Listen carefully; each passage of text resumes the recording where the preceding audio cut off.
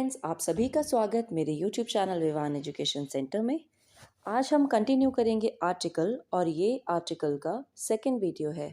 अगर आप पहली बार ये वीडियो देख रहे हैं तो आई वुड सजेस्ट यू आप जा कर के प्लेलिस्ट में से फर्स्ट वीडियो देखें, then you should continue this one.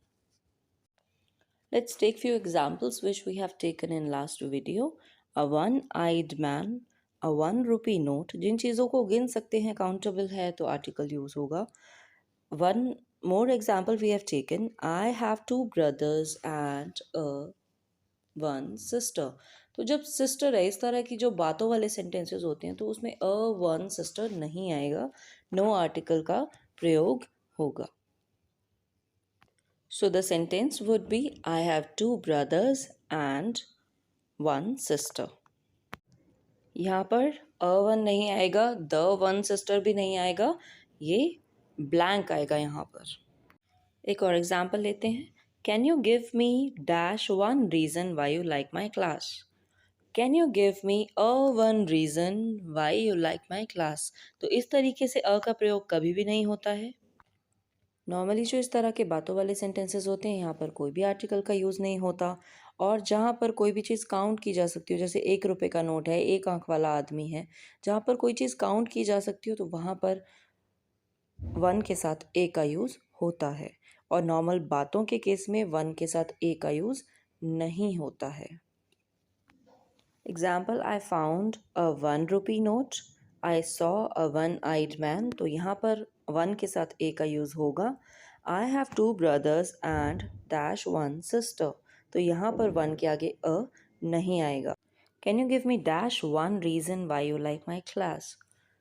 So can you give me a 1 reason नहीं होगा, can you give me 1 reason why you like my class. तो जब नॉर्मल बातों के केस में अ का प्रयोग नहीं किया जाता, यहाँ पर ब्लैंक आर्टिकल आएगा। इसके अलावा जब सेंटेंस में अदर और अनदर का यूज़ हो, for example, dash 1 son want to study, another want to play.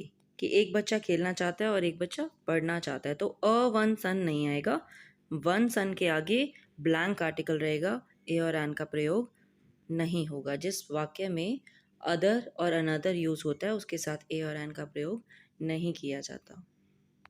इसके अलावा कोई भी डे, मंथ या फिर ईयर, अगर कोई सिंपल सी बात बताने के लिए इनका यूज़ होता है, जैसे कि for example, I have been teaching for a day, तो उसके साथ ए का प्रयोग होता है। लेकिन जब कभी भी कोई स्पेसिफिक घटना बताने के लिए डे, मंथ या ईयर का प्रयोग होता है, तो उसके साथ आर्टिकल ए और एन नहीं आता। जब कोई घटना बताना चाहते हैं हम, तो ए और एन का प्रयोग नहीं करते। अगर कोई सिंपल सी बात बताना चाहते हैं, तो ए और एन उसके साथ लगा देते हैं। घटना के केस में एग्जाम्पल है, dash 1 day I saw a lion. एक दिन की घटना है ना, कि मैंने एक दिन शेर देखा था। तो a 1 day I saw a lion. तो जब मैं कोई घटना बता रही हूँ, तो उसके साथ आर्टिकल का प्रयोग नहीं होगा। A 1 day I saw a lion बिल्कुल गलत है। क्या आएगा? 1 day I saw a lion. ठीक है जी। और अगर हम कोई सिंपल सी बात बताना चाहते हैं, तो उसके साथ हम डे, मंथ और ईयर अगर सेंटेंस में है, तो उनके साथ हम आर्टिकल का प्रयोग कर सकते हैं। For example, I have been teaching for a day. घटना से मतलब है कि 1 day I saw a lion, मतलब एक दिन मैंने लायन देखा था। मतलब उसने मुझे खाया कि नहीं खाया, मैं बच गया या मर गया। अरे बच गए तभी पढ़ा रहे हैं। तो कहने का मतलब ये है कि जब हम किसी दिन की कोई घटना बताते हैं कि उस दिन ऐसे हुआ था, दैट डे इट हैपन, तो वहाँ पर ब्लैंक आर्टिकल रहता है, वहाँ पर आर्टिकल का यूज़ नहीं किया जाता किसी भी घटना के केस में। इस बात को ऐसे समझ लो, इसकी एक और पहचान है। 1 day I saw a lion, जब भी डे, मंथ और ईयर सेंटेंस की स्टार्टिंग में शुरू होता है, तो उसके साथ ब्लैंक आर्टिकल रहता है, उसके साथ कोई भी आर्टिकल का यूज़ नहीं होता है। लेकिन जब ये डे, मंथ और ईयर सेंटेंस के बीच में कहीं भी आ जाते हैं, तो उनके साथ आर्टिकल का प्रयोग किया जा सकता है। Next is, there are few words like what, such, quite, rather. ये जो वर्ड्स हैं, इनके साथ हम हमेशा हमेशा आर्टिकल ए का प्रयोग करते हैं। Let's take an example, what a beautiful building, what a beautiful girl. सिर्फ लड़कियां ही खूबसूरत नहीं होती, बिल्डिंग भी खूबसूरत होती हैं। सो जहाँ पर भी ये वर्ड्स आएँ, सच, क्वाइट, rather, what, इन सभी के साथ आर्टिकल ए का प्रयोग होगा। Let's take an example. It is quite dash nice day. It is quite a nice day. चलिए आगे बढ़ते हैं, कुछ एग्जाम्पल्स लेते हैं। Raj is dash intelligent. Example number 1. Number 2, Raj bought dash ink pot. Example number 3, Raj bought dash ink. And number 4 is Raj is dash intelligent boy. अब ये जो एग्जाम्पल्स हैं, राज इज़ अ इंटेलिजेंट नहीं बोल सकते, क्यों? क्योंकि इंटेलिजेंट तो एडजेक्टिव है, वो कोई क्वालिटी बता रहा है। लेकिन हमने क्या पढ़ा था कि सिंगुलर और काउंटेबल नाउन जहाँ पर यूज़ होगा वहीं पर आर्टिकल ए और एन का यूज़ होता है।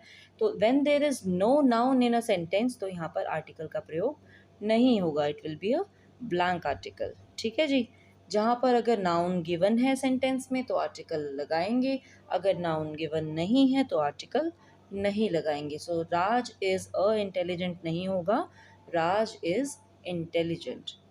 Next is Raj is dash intelligent boy. अब यहाँ पर बॉय क्या है? कॉमन नाउन है, काउंटेबल है ना?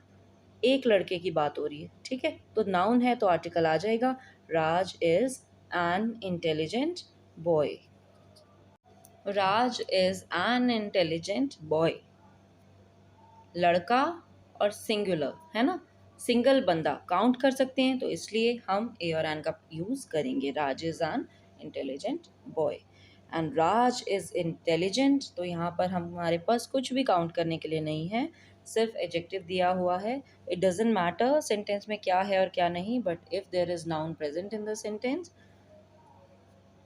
वी में यूज़ ए और एन। अगर नाउन प्रेजेंट नहीं है तो आर्टिकल ए और एन का यूज़ नहीं किया जाता है। Our next example is Raj bought an ink pot. Ink pot मतलब स्याही की दवात। अगर आपने स्याही का पेन यूज़ नहीं किया है तो लाइफ में एक बार ट्राई ज़रूर करना चाहिए, इससे हैंड राइटिंग भी इम्प्रूव होती है। चलिए वापस आ जाइए। राज बॉट डैश इंक पॉट, एक स्याही की दवात की बात हो रही है, विच इज़ अ काउंटेबल, क्योंकि बॉटल को हम काउंट कर सकते हैं। तो क्या आएगा? राज बॉट एन इंक पॉट। ठीक है जी। बट जो अगला एग्जाम्पल है उसको ध्यान से सुनेंगे। राज बॉट डैश इंक। इंक को हम काउंट नहीं कर सकते हैं, क्योंकि इंक तो बॉटल को तो काउंट किया जा सकता है बट इंक को काउंट नहीं किया जा सकता है। तो इंक के साथ क्या आएगा?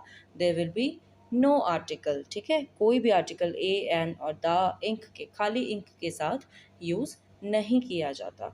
कोई भी जो भी नाउन का प्रेजेंट होना ज़रूरी है सेंटेंस में आर्टिकल यूज़ करने के लिए, और it should be singular and also countable.